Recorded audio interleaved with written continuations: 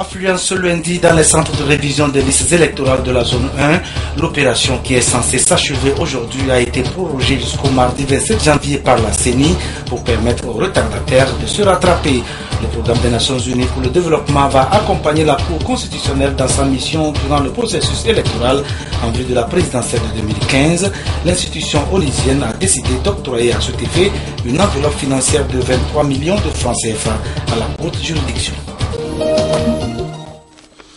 Madame, Monsieur, bonsoir. Bonsoir et bienvenue dans cette édition, ces deux télégrammes de félicitations que le président Faure Gnassingbé vient d'adresser pour commencer au gouverneur général du Commonwealth d'Australie, Sir Peter Cosgrove, et au président de la République de l'Inde, Pranab Mukherjee, à l'occasion de la fête nationale de leur pays respectifs. Aux deux dirigeants, le chef de l'État togolais dit saisir l'heureuse opportunité qu'offre ce jour solennel pour leur exprimer à eux et à leur famille ses vœux ardents de santé et de bonheur et se réjouit de l'excellente qualité des relations d'amitié et de coopération qui ont toujours existé entre leur pays et le nôtre.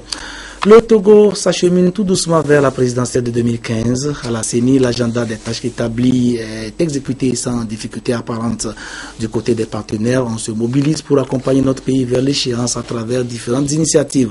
C'est le cas du programme des Nations Unies pour le développement qui, depuis la semaine dernière, s'illustre par des appuis multiformes aux institutions impliquées dans le processus électoral. Ainsi, après les organisations de la société civile et la haute autorité de l'audiovisuel et de la communication, c'est vers la Cour constitutionnelle que le PNUD va diriger ses actions.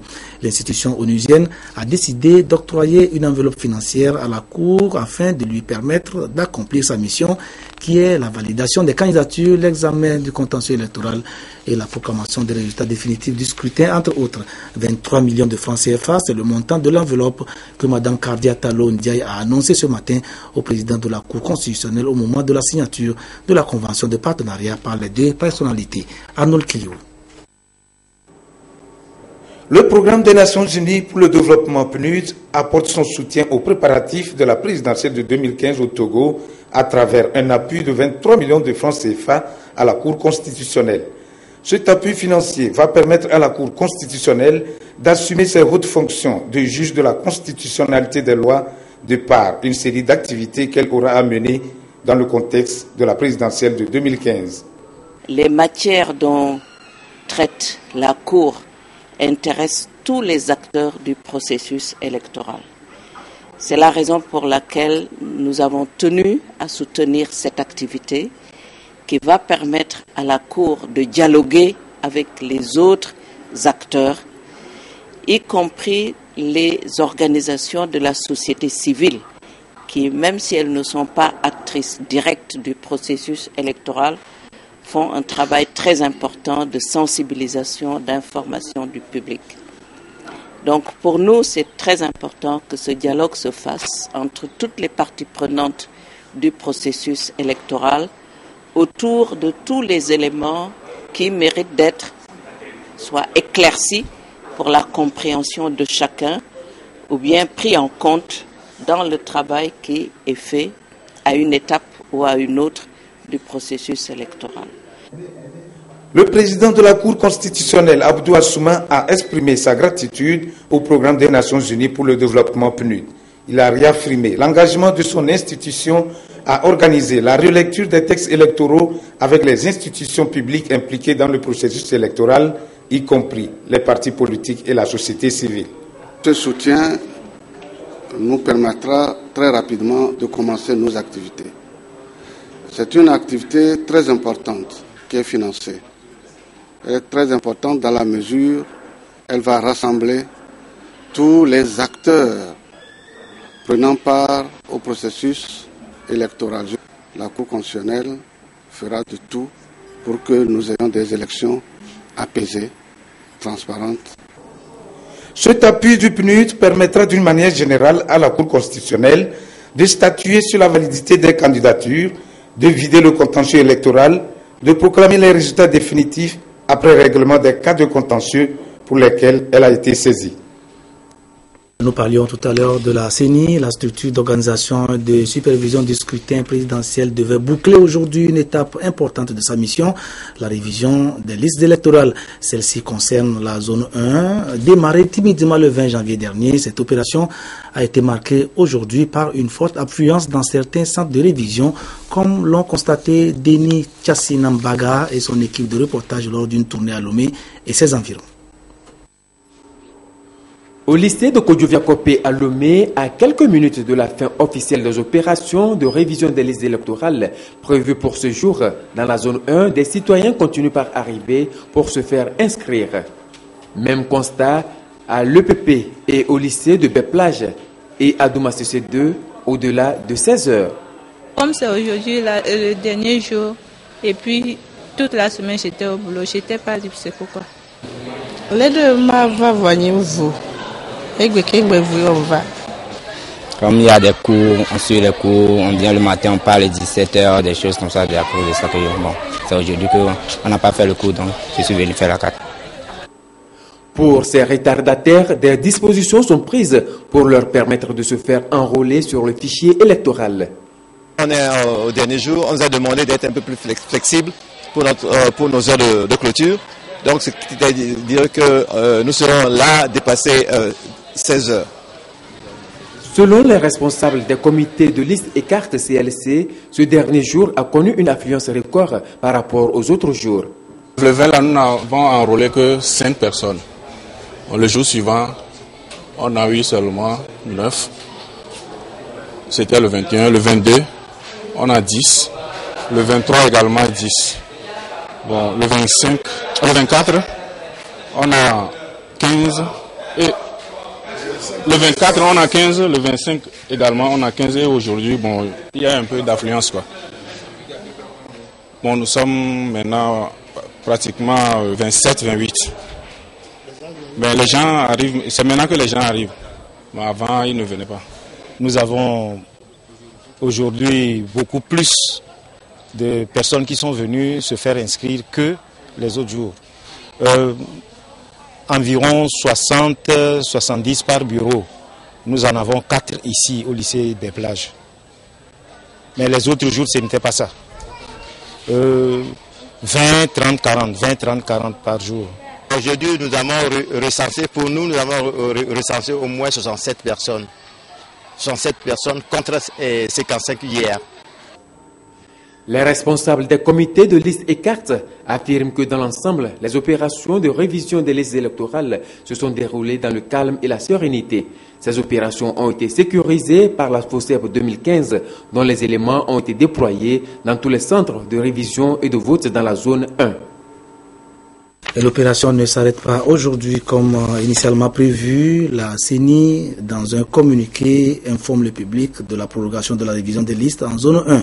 Voici le communiqué tel que libellé. La Commission électorale nationale indépendante CENI informe le public que la clôture de la révision des listes électorales en zone 1, initialement prévue pour ce lundi 26 janvier 2015, est prorogée pour la journée du mardi 27 janvier 2015. Tous les centres de révision de la zone resteront ouverts jusqu'à 16 heures. La CENI félicite tous les électeurs pour leur engagement citoyen. Le communiqué est signé du président Tafa Tabio. Les candidats à la présidentielle commencent de leur côté à s'afficher les uns après les autres.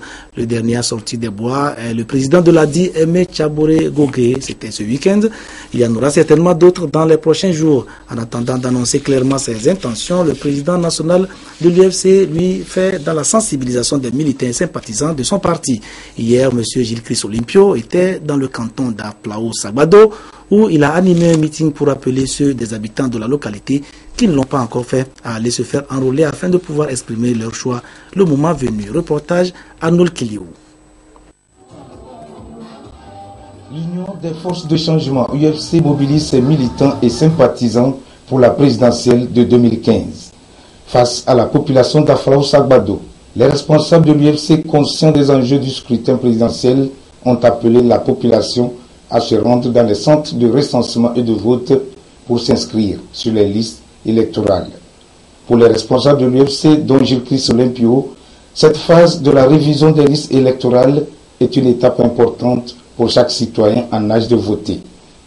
C'est aussi l'étape qui garantit, selon l'UFC, la crédibilité et la transparence de toute élection, raison pour laquelle l'UFC appelle tous ses militants et sympathisants à faire de la révision des listes électorales un succès dans les préparatifs de cette présidentielle que l'UFC souhaite apaiser et sécuriser. Une élection à laquelle l'UFC participera à affirmer le président du parti, en attendant la tenue du congrès qui va déterminer les stratégies pour la campagne. La rencontre a permis également aux responsables de l'Union des forces de changement d'échanger avec l'assistance sur l'actualité sociopolitique dans le pays.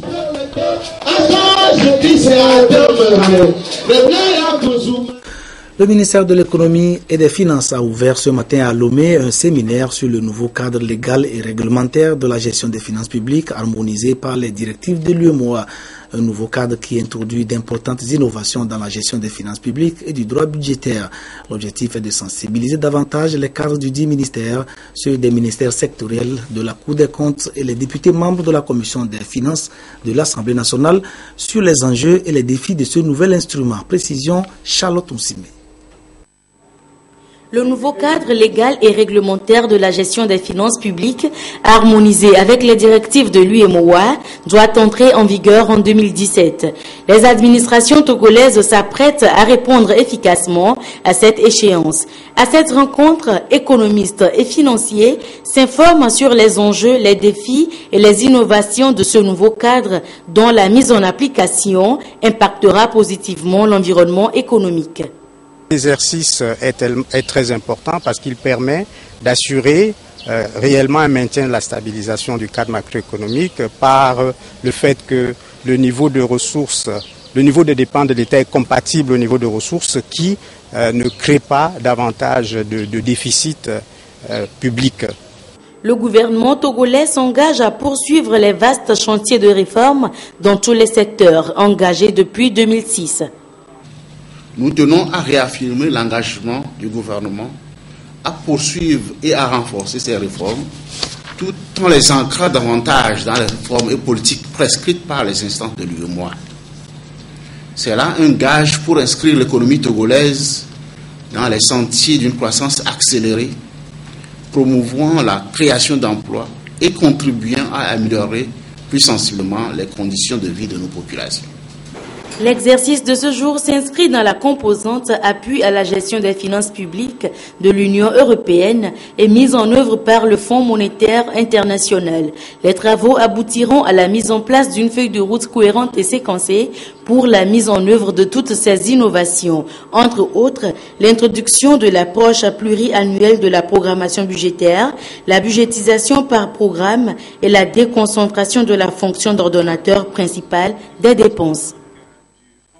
La douane, dont la contribution au bon état de santé de l'économie togolaise n'est plus à démontrer, est à l'honneur ce 26 janvier, jour de célébration de sa journée. Pour l'édition de cette année, l'attention est particulièrement portée sur les services aux frontières, d'où le thème « Gestion coordonnée des frontières, une démarche participative pour les acteurs concernés ». Prudence Zissou. Les douanes togolaises doivent moderniser leur politique de gestion cette année pour répondre aux exigences de libéralisation et de facilitation des échanges.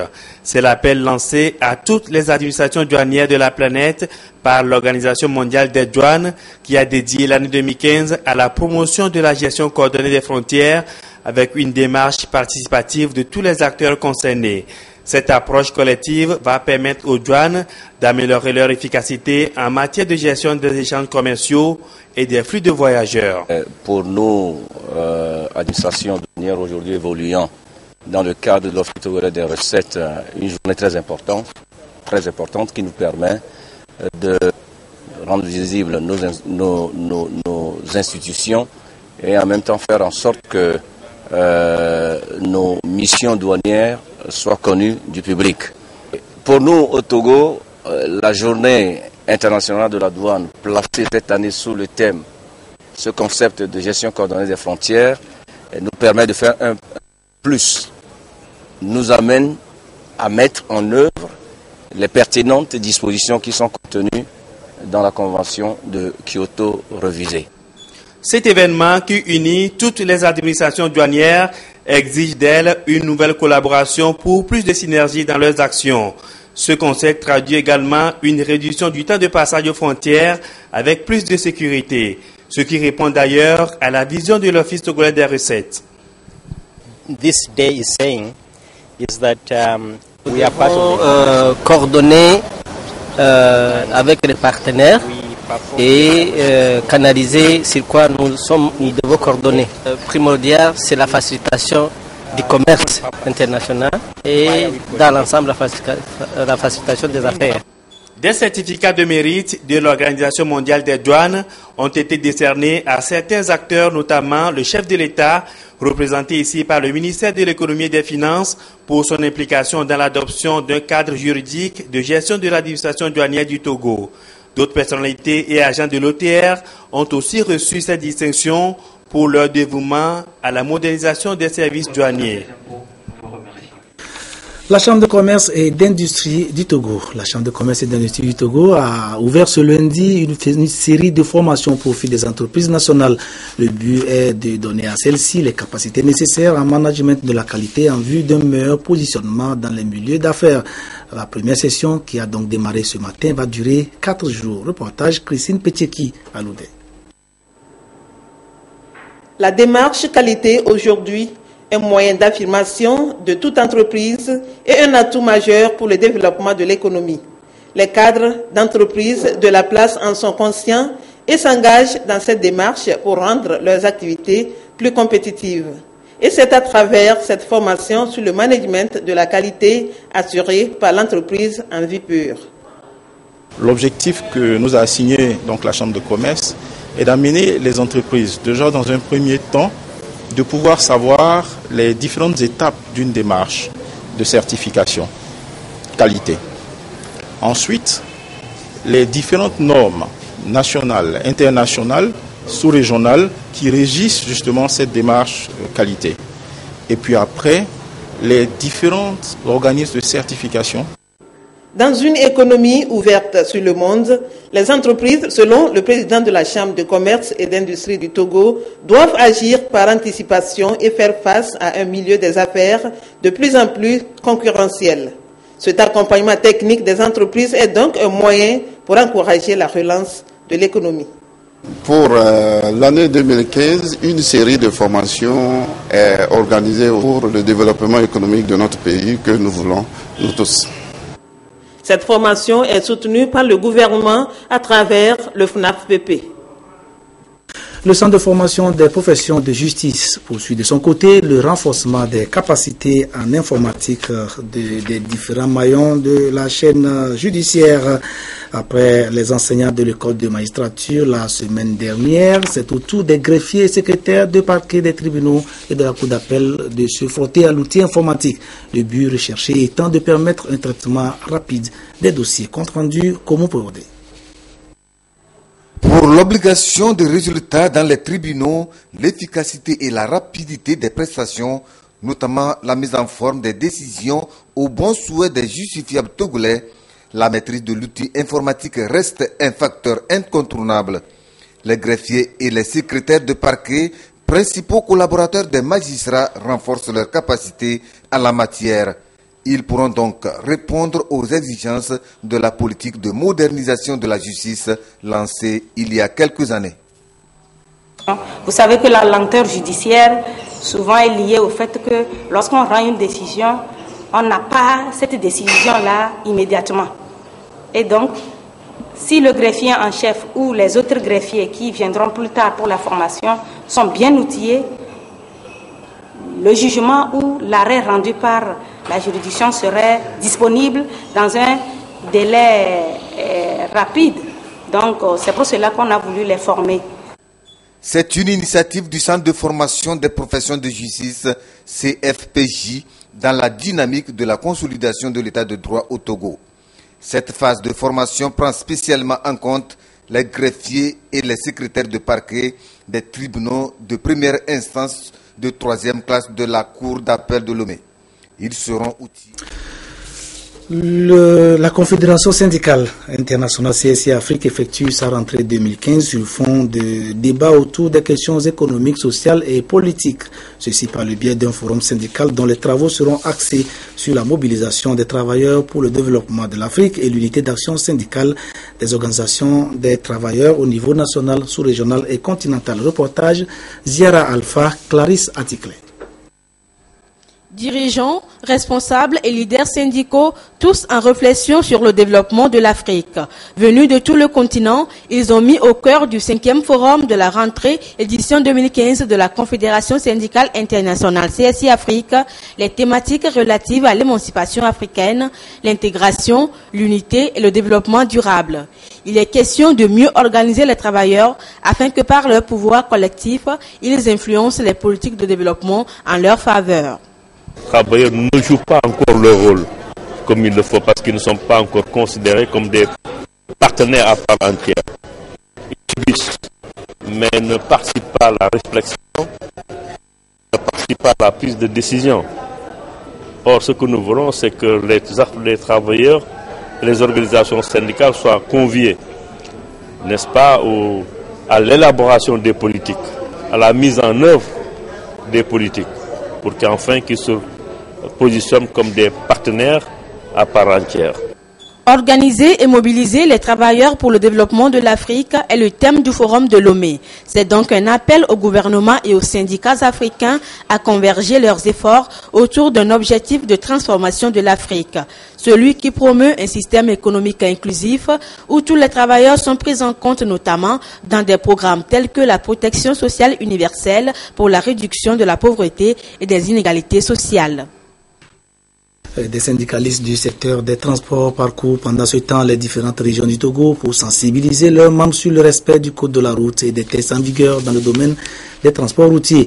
La vaste tournée entamée par l'UNATROT et l'UCICOR il y a 2 semaines s'est achevée ce week-end à Kara. Les images de cette ultime étape dans ce reportage signé Nestor Mouzou.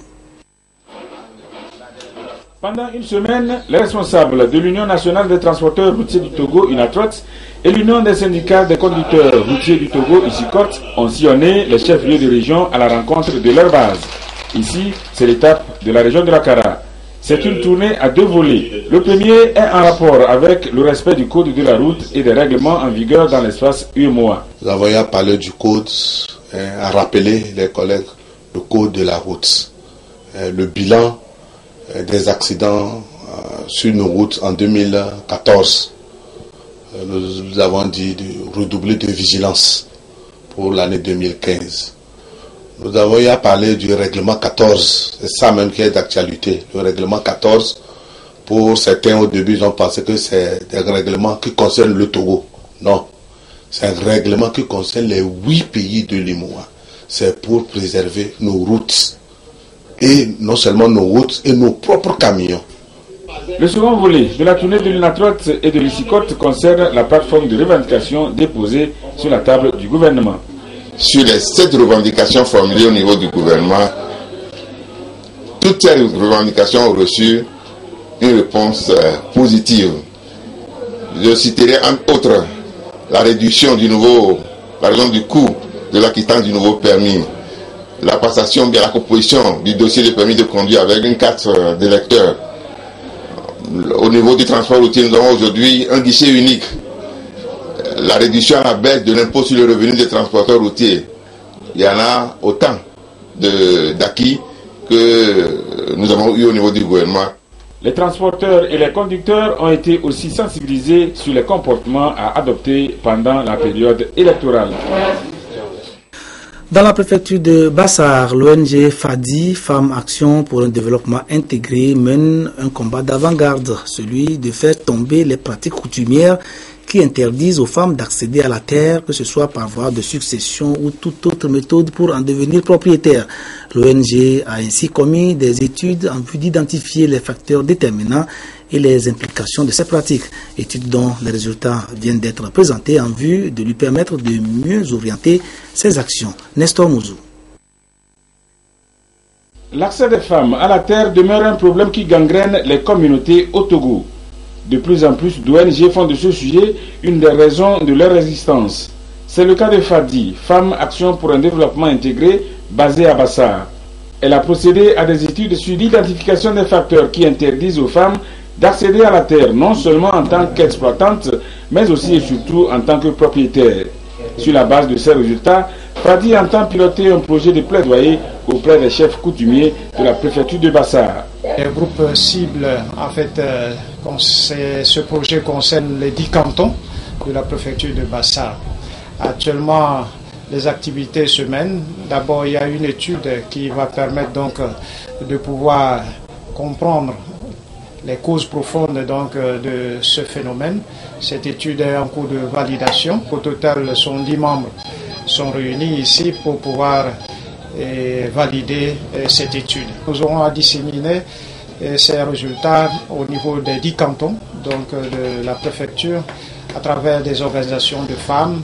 Le projet de plaidoyer que veut entreprendre Fadi émane de la recommandation numéro 28 de la Commission Vérité, Justice et Réconciliation qui vise à instaurer un climat de paix et de sécurité foncière au Togo. Dans les activités concernant ce projet, l'ONG Fadi est accompagnée financièrement par le PASCRENA, projet d'appui à la société civile et la réconciliation nationale. Remontons un peu plus au nord, à Mango, plus précisément, où Koudampani, où fête des moissons et d'initiation des jeunes de l'outil a été célébré samedi dernier à Mango, chef-lieu de la préfecture. Pour la circonstance, plusieurs natifs de la région ont fait le déplacement, ainsi que des visiteurs étrangers. Voyons le reportage de Désiré Aloye. Pour la 10e fois, le peuple Tchokosi Moba Ngangam célèbre leur fête traditionnelle de récolte et d'initiation de la jeune fille et garçon Anoufo Koudapani. Expression de valeur culturelle, une pratique à valoriser pour marquer un trait d'union entre le passé, le présent et le futur et servir de moyen de richesse touristique, donc de développement économique. Koudapani reste une occasion de retrouvailles des fils et filles du Grand Outil afin de redéfinir les bases d'une dynamique de développement de la préfecture. Il est la résultante de 3 grandes composantes culturelles. Et d'abord, il y a le mot Kouroubi, qui est une initiation à un pays, Anoufo, qui est une fête de moisson des Gangam, Tingbampab, qui est une fête d'offrande aux divinités. Un pays Moba, et c'est l'idée d'union et de retrouvailles de tous les fils et filles qui fait Koudampani. Cette année 2015 est placée sous le thème de Koudampani, expression de l'identité culturelle d'une population en marche vers un développement intégré. Cadre de réjouissance et de plaisir retrouvé, Koudapani est un repère commun qui converge chaque année les autochtones et les étrangers qui viennent du Ghana, du Burkina Faso, du Bénin et autres pour partager le bien patrimoine à léguer aux générations futures. Je trouve ça très bien, bien organisé, avec tout un éventail des coutumes et des danses et de toutes les petites régions du Loti. C'est très riche culturellement pour nous, hein. Et j'espère revenir prochainement encore. Hein. Sans la paix donc, aucun touriste ne peut arriver. Au nom du chef de l'État, la ministre de la Communication, de la Culture, des Arts et de la Formation civique, Germaine Koumé-Aloanate, a appelé les filles et fils de l'outil à fédérer leurs forces sans exclusion pour le développement harmonieux de la préfecture. Mesdames et messieurs, distingués invités, tout projet de développement d'une localité doit prendre en compte les spécificités culturelles des communautés qui la composent. C'est conscient de cette évidence que le gouvernement, à travers diverses initiatives, s'emploie chaque jour à promouvoir le respect et la sauvegarde du patrimoine culturel de nos régions, car la dimension culturelle du développement n'est plus à démontrer. D'une part, le développement commence par un état d'esprit, par la croyance en des valeurs clés qui nous sont transmises par le biais de la culture. D'autre part, la culture comme savoir-faire et comme secteur dynamique accompagne l'émergence économique de nos régions. Ainsi, il est nécessaire que vous identifiez les ressorts culturels à même de vous permettre de relever les défis du développement de votre préfecture. Toutes les filles et tous les fils de Loti doivent se sentir concernés et unir leurs efforts en tant que premiers acteurs des changements à opérer pour le progrès de votre localité. Un progrès de la préfecture recherché par des journées de réflexion des populations avant l'apothéose pour penser à la relance du développement économique, social et culturel. Une autre facette de la culture illustrée par l'élection de Mademoiselle Solange Kofi comme Miss Koudapani édition 2015. 9 000 francs par mois. C'est la fin de cette édition, mais avant de nous quitter, je vous redonne lecture de ce communiqué de la CENI portant prorogation de la révision des listes électorales en zone 1. La Commission électorale nationale indépendante CENI informe le public que la clôture de la révision des listes électorales en zone 1, initialement prévue pour ce lundi 26 janvier 2015, est prorogée pour la journée du mardi 27 janvier 2015. Tous les centres de révision de la zone resteront ouverts jusqu'à 16 h. La CENI félicite tous les électeurs pour leur engagement citoyen. Merci de nous avoir suivis. Passez une excellente soirée. Au revoir.